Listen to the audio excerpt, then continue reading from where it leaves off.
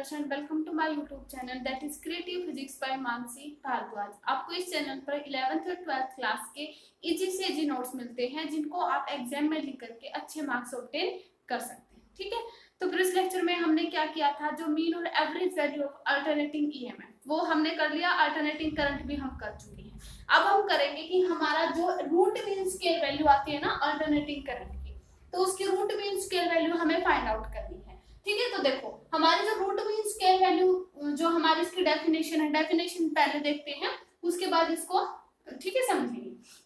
तो देखो it is defined as that value of steady current, ये वो वैल्यू होती है स्टडी करंट की which would generate same amount of heat. अब देखो इन दोनों में क्या डिफरेंस आया, जो हमारा अल्टरनेटिंग जो ईएमएफ वाली जो हमारी मीन और एवरेज वैल्यू थी ना, उसमें हमारे पास यहाँ पे क्या था, अमाउंट ऑफ चार्ज था, लेकिन यहाँ पे क्या है, अमाउंट ऑफ हीट। देखो फर्स्ट डिफरेंस ये आया इसमें कि it is defined as that value of steady current which would generate same amount of heat. जो हमने मीन और एवरेज वैल्यू निकाली थी उसमें हमारे पास चार्ज आया था। ठीक है, as it generated by alternating current in the same circuit for full time period. ठीक है, उसमें हमारे पास मीन और एवरेज वैल्यू में हमारे पास क्या था, हाफ टाइम पीरियड था, इसमें हमारे पास क्या है, फुल टाइम पीरियड।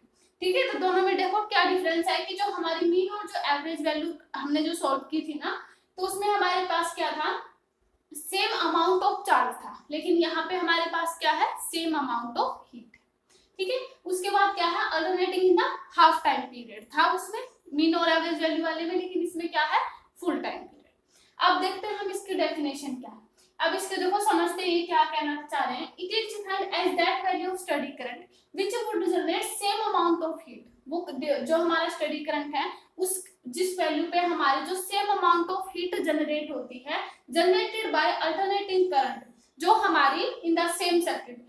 ये मतलब क्या कहना चाह रहे हैं, जो स्टडी स्टेट में जो स्टडी करंट में जितनी हीट हमारी प्रोड्यूस होती है, जनरेट होती है, उतनी हमारे पास अल्टरनेटिंग करंट में उतनी ही हीट प्रोड्यूस होती है, उतने ही फुल टाइम पीरियड में। देखो ये कैसे है, जैसे मान लिया कि हमें पता है कि ये हमारा एसी सोर्स होता है, ठीक है, ये हमारा हाफ टाइम पीरियड है, ये हमारा फुल टाइम पीरियड है। ठीक है, अब हमें क्या कहना चाह रहे हैं कि मान लिया हमने ये कंडक्टर जोड़ दिया एक, ठीक है, ये हमने ले लिया एक एसी सोर्स यहाँ से।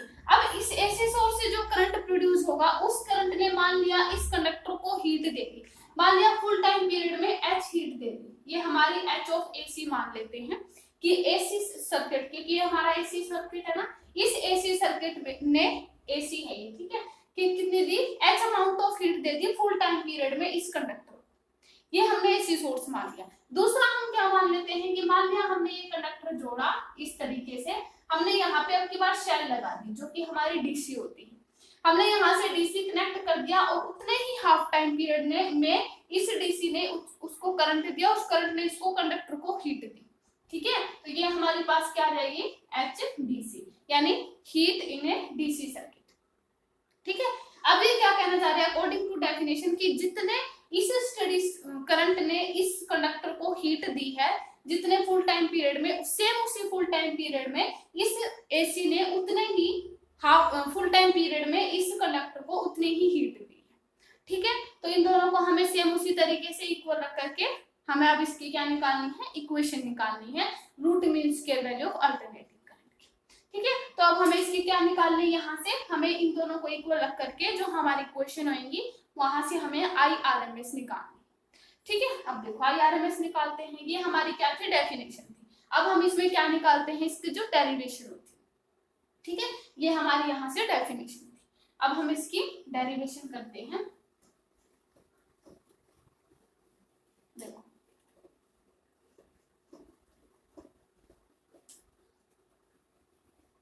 देखो डेरिवेशन कैसे करेंगे हम इसमें,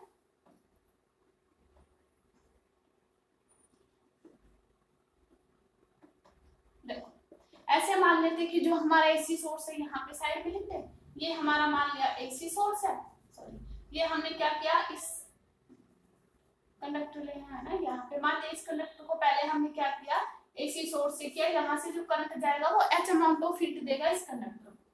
ठीक है, एच एसी मान लेते हैं। उसके बाद क्या हुआ कि हमने दूसरा कंडक्टर लिया और उसको हमने अब की बार डीसी वाले सोर्स से कनेक्ट कर दिया, तो ये हमारे HDC हो जाएंगे। ठीक है, उतना ही हाफ टाइम पीरियड में ये इसको क्या कर रहा है, हीट दे रहा है। ठीक है, यहाँ से करंट फ्लो कर रहा है। अब वो HDC वाला है ना, या ये वाला, इसको हम IRMS मान लेते हैं कि वाले इतने इस वैल्यू पर इसके पास भी उतने ही हाफ टाइम पीरियड में उतना ही एवरेज करंट है। अब की बात रूट मीन स्क्वायर उतना ही, इसको हम IRMS मान लेते हैं, क्योंकि इसी का जो IRMS होगा वो इसका होगा ना, क्योंकि हमें पता है AC वाले सोर्स के लिए हर एक पॉइंट पर जो है हीट निकालना पॉसिबल नहीं हो सकता है ना, क्योंकि वेरिएबल करंट होता है, पॉसिबल नहीं हो सकता। इसलिए हम इसके कांस्टेंट वैल्यू मान करके और उसको सेम मान लेते हैं। ठीक है, तो यहाँ से हम IRMS मान लेंगे, उसी RMS पे ये मान लेंगे कि H अमाउंट ऑफ हीट इसने प्रोड्यूस किया है, जनरेट। ठीक है, तो ऐसे मान लेते हैं। तो अब हम क्या करते हैं, देखो डेरिवेशन करते हैं। अब हम क्या करेंगे, लेट सेम उसी तरीके से लिखेंगे, let DH is the small amount of heat, small amount of heat at a small time dt। Small time dt पर मान लिया, स्मॉल टाइम हीट मतलब जनरेट की, स्मॉल टाइम dt। ठीक है, अब हमें पता है हमारे पास हीट का क्या फॉर्मूला होता है, दैट इज I²RT। ये होता है I0² मान लेंगे, क्योंकि हमारे पास मैक्सिमम करंट होगा, क्योंकि फुल टाइम पीरियड में है, फुल टाइम पीरियड में हमें पता है मैक्सिमम करंट होगा।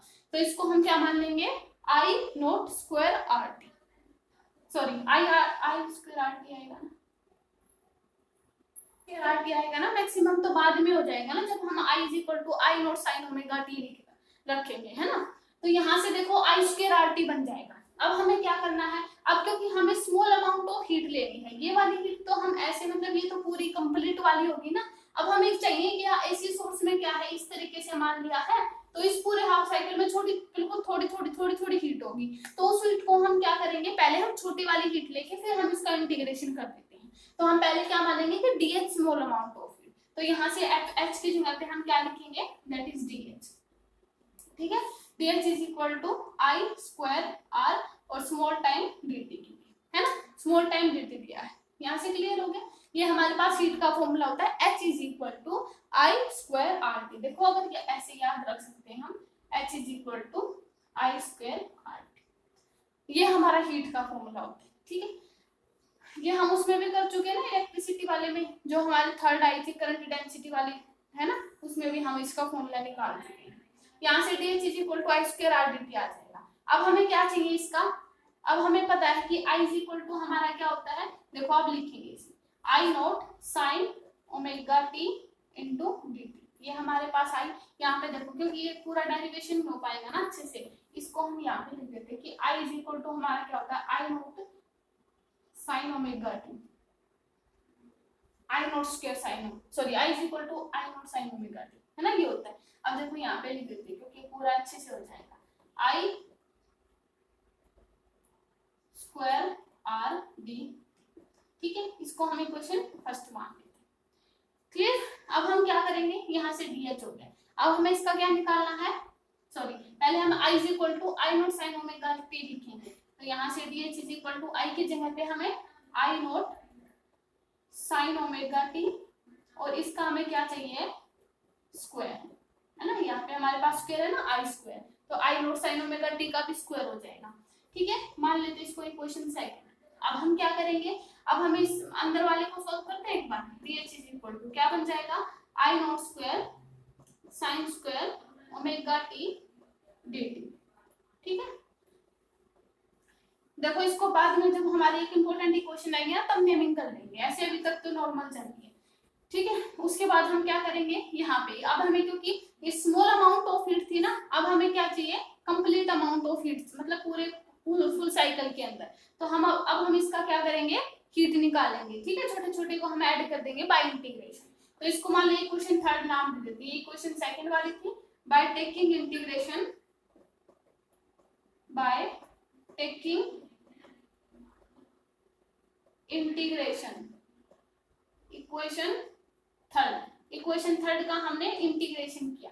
इंटीग्रेशन किया तो हमारे पास क्या आ जाएगा, देखो यहाँ से DH इज इक्वल, इंटीग्रेशन हमने फिर से किया किसका, I0² sin² ωt dt।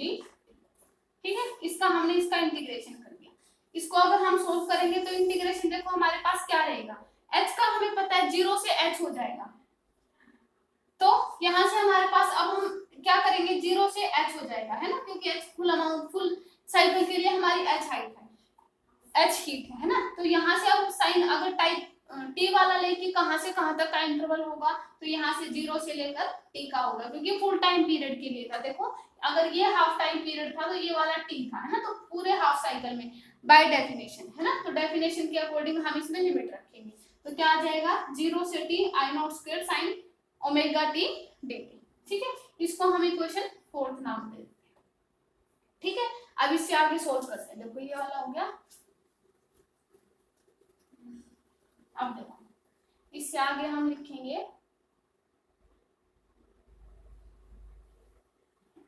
ठीक है, इससे आगे देखो अब यहाँ से इसका इंटीग्रेशन हमें पता है h माइनस का 0 होगा, है ना, क्योंकि इंटीग्रेशन में पहले ये वाली वैसे h बनेगा ना, इसका इंटीग्रेशन dh का h आ जाता है h, और इसकी लिमिट कहां से कहां तक, 0 से लेकर h तक, है ना। उसके बाद इसको अगर सोल्व करेंगे तो आई नॉट स्क्वायर आ जाएगा बाहर, तो आई नॉट स्क्वायर को हम बाहर ले लें। अब हमारे पास इंटीग्रेशन देखो सिर्फ और सिर्फ किसका बचेगा, 0 से लेकर t sign square omega T dt।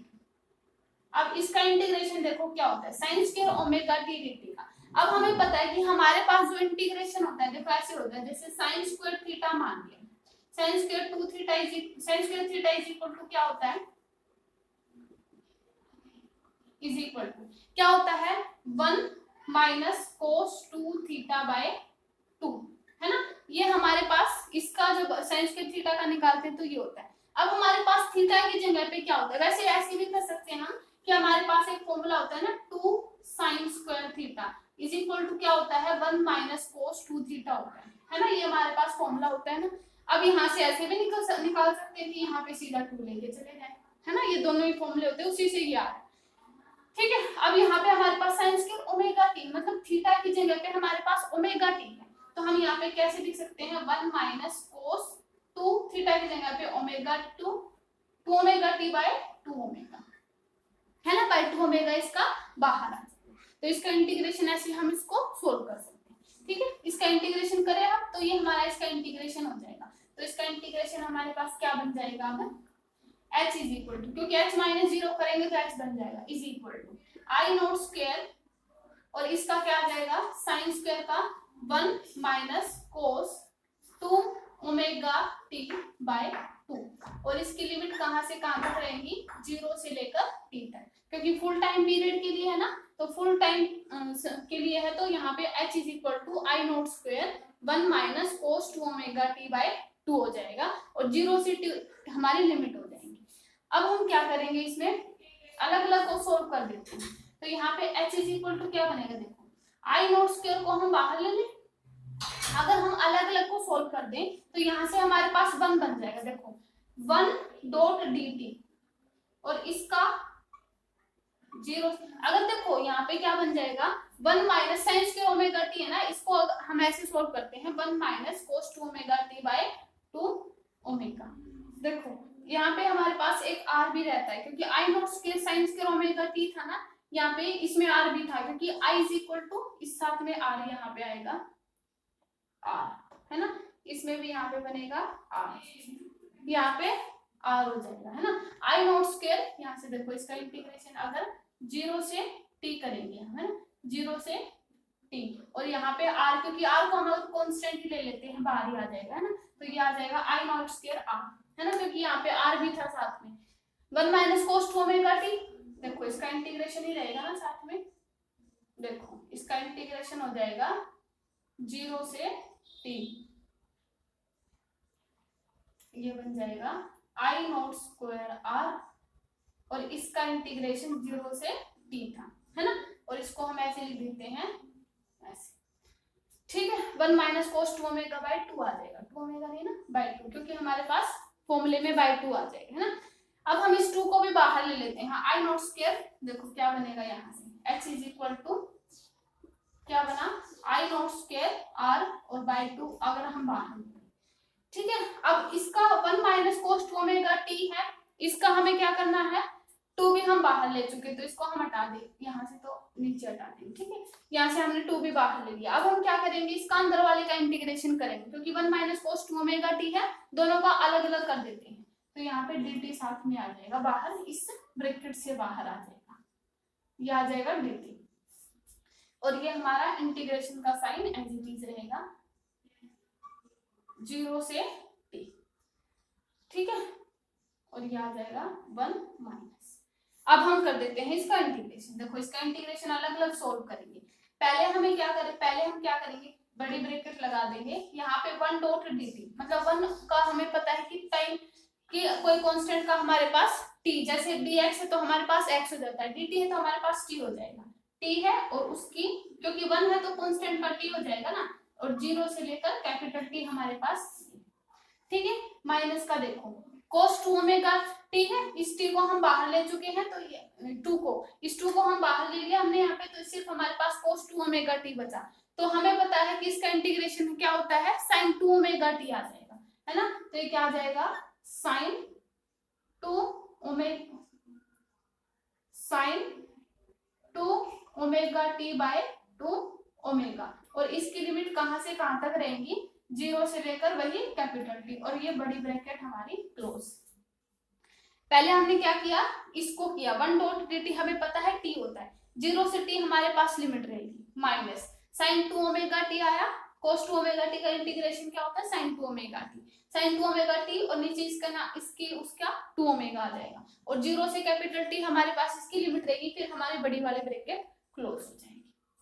यहाँ तक ठीक है। अब देखो यहाँ से h इज इक्वल टू क्या आ जाएगा, I not square r by 2। अब इसको देखो, यहाँ से हम क्या करेंगे, लिमिट रखते हैं, t माइनस का 0 कैपिटल T आ जाएगा, और यहाँ पे देखो sin 1 माइनस 2 ओमेगा को हम बाहर ले लें, अंदर क्या बच जाएगा, ओमेगा की जगह पे हम अगर 2 पाई, देखो इसको हम यहाँ पे रख दें, ये वाला हो गया ना, क्योंकि हम अच्छे से इसको अच्छे से करेंगे ना, देखो इसको हम यहाँ पे करेंगे, यहाँ तक आ गया था कि हमारा h इज इक्वल टू क्या आ रहा है, is equal to I not square r by 2, ठीक है। और ये आ जाएगा t माइनस का 0 आ गया था, और माइनस का 1 बाय 2 ओमेगा, और अंदर क्या था, sin 2 ओमेगा t, ठीक है। और क्या है, 0 से कैपिटल T, और ये हमारी बड़ी वाली ब्रैकेट बंद है, ठीक है, ऐसे ही, ठीक है। अब देखो, अब इसको हम आगे सोल्व करते हैं। अब देखो यहाँ से क्या बन जाएगा, I not square r by 2, ठीक है, h ऑफ a से निकलनी है हमारी, यहाँ से क्या आ जाएगा, t कैपिटल T, क्योंकि हम t यहाँ से लिमिट रख दी हमने, ठीक है। यहाँ से माइनस का 1 बाय 2 ओमेगा, ठीक है, 1 बाय 2 ओमेगा, और हमें पता है यहाँ से sin 2 ओमेगा t है, sin 2 omega t, sin 2 omega की जगह 2 पाई बाय t रख दें, ठीक है, और इस t की जगह पे हमें t रखना है, और माइनस में क्या आ जाएगा, sin 0, हमें पता है sin 0 होता है ना, sin 0 0 होता है, क्योंकि ये वाली रखेंगे पहले, ऊपर अपर लिमिट रखेंगे, फिर हमारी लोअर लिमिट रखेंगे। sin 2 ओमेगा की जगह पे हमने 2 पाई बाय t रख दिया, और ये कैपिटल T स्मॉल t की जगह पे कैपिटल T।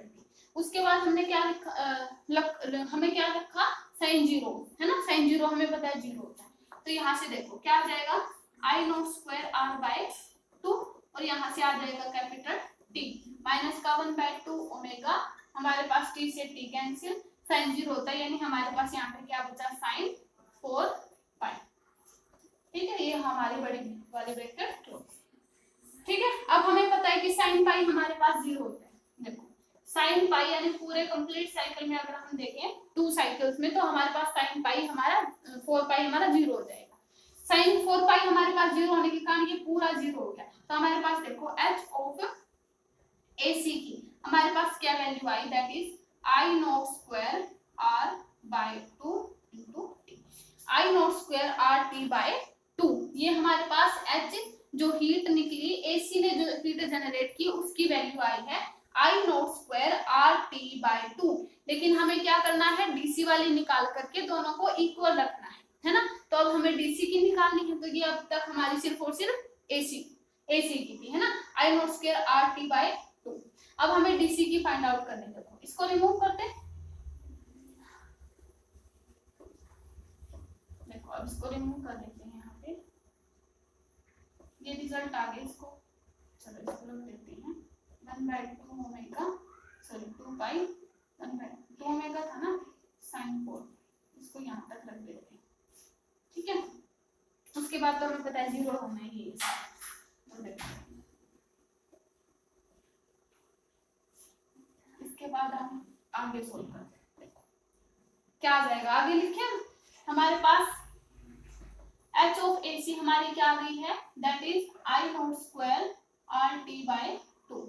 अब हमें निकालनी क्या है, h ऑफ DC। अब हमें पता है कि h हीट ऑफ DC हमने क्या मानी थी कि हीट हमारे पास क्या होता है I स्क्वायर RT, ये होती है हमारी हीट, है ना, I नॉट स्क्वायर RT, है ना।